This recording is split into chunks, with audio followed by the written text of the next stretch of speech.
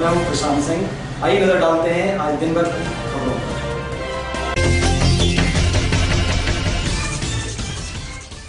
मुंगावली विधानसभा के पिपरई मंडल में शनिवार को भारतीय जनता पार्टी कार्यकर्ता सम्मेलन संपन्न हुआ, जिसमें दीनदयाल उपाध्याय श्यामा प्रसाद मुखर्जी के चित्र पर माल्यार्पण करने के बाद गांव कस्बे से आए सेक्टर प्रभारी ग्राम केंद्र बूथ स्तर के कार्यकर्ताओं को मुख्य अतिथि मप्र सरकार के राज्य मंत्री राव ब्रजेंद्र सिंह यादव, भाजपा किसान मोर्चा के प्रदेशाध्यक्ष रणबीर सिंह रावत, चुनाव प्रभारी आलोक शर्मा, पूर्व महापौर भोपाल उमेश सिंह रघुवंशी के नेतृत्व आलोक शर्मा ने कार्यकर्ताओं को संबोधित करते हुए कहा कि चुनाव का बिगुल फूंका जा चुका है। भारतीय जनता पार्टी का एक एक कार्यकर्ता तैयार है।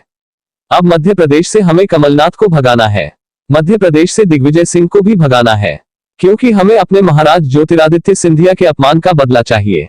यह बात पिपरई में आयोजित भाजपा के कार्यकर्ता सम्मेलन कार्यक्रम में चुनाव प्रभारी आलोक शर्मा ने कही। जरा आप भी सुनिए। मुंगावली से राजेश जैन की ये खास रिपोर्ट। कार्यकर्ता साथियों, आने वाले समय में मध्य प्रदेश में 24 विधानसभाओं में उपचुनाव का बिगुल बज चुका है, रणभेरी बज चुकी है। भारतीय जनता पार्टी का एक एक कार्यकर्ता युद्ध के मैदान में उतरने के लिए तैयार हो गया है। सब तैयार हो गया। आप सब तैयार हो कि नहीं हो?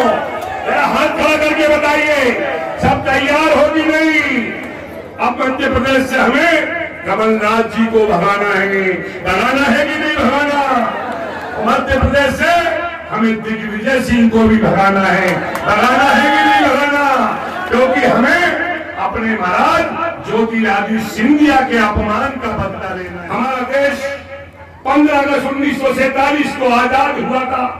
सरदार भगत सिंह, चंद्रशेखर आजाद, अशफाकुल्ला, महारानी लक्ष्मीबाई, बाल गंगाधर तिलक, डॉक्टर डोबे, टंडन भील जैसे कई महान क्रांतिकारियों ने अपने प्राणों की आहुति देकर हमारे देश को, हमारे वतन को, आपके मुल्क को, हमारे हिंदुस्तान को अंग्रेजों की गुलामी से आजाद कराया था।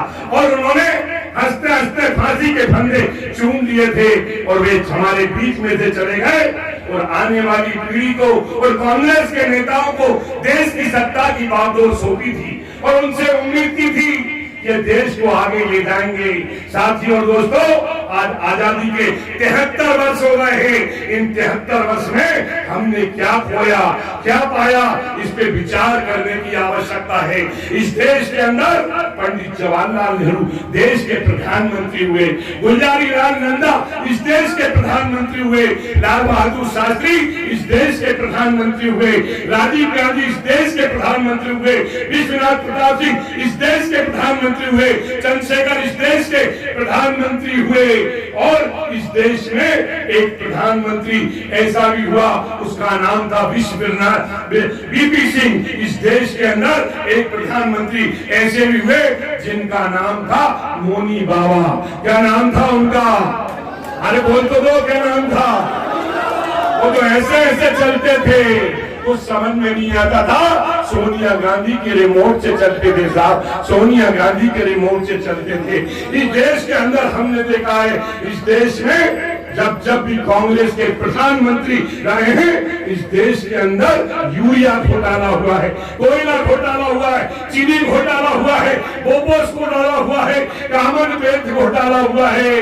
पर आज देश की जनता ने आज से 7 वर्ष पूर्व आपने देश को एक सशक्त प्रधानमंत्री दिया है, मजबूत प्रधानमंत्री दिया है और उसका नाम है नरेंद्र मोदी साहब। नरेंद्र मोदी, क्या एक बार मोदी जी के ऐसे देश को मजबूत प्रधानमंत्री दिया है। आज भारतीय जनता पार्टी की गर्मी और कथनी में कोई अंतर नहीं है। भारतीय जनता पार्टी की नरेंद्र मोदी जी की सरकार ने कहा था कि अगर हम दिल्ली में सरकार में आएंगे तो सबसे पहले हम अयोध्या में हम सबके आराध्य रामलला के मंदिर का निर्माण करेंगे, रामलला के मंदिर का निर्माण करेंगे, रामलला हम आएंगे।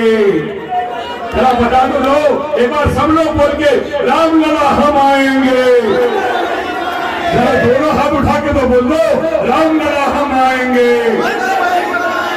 सौगंध राम की खाते हैं जब हम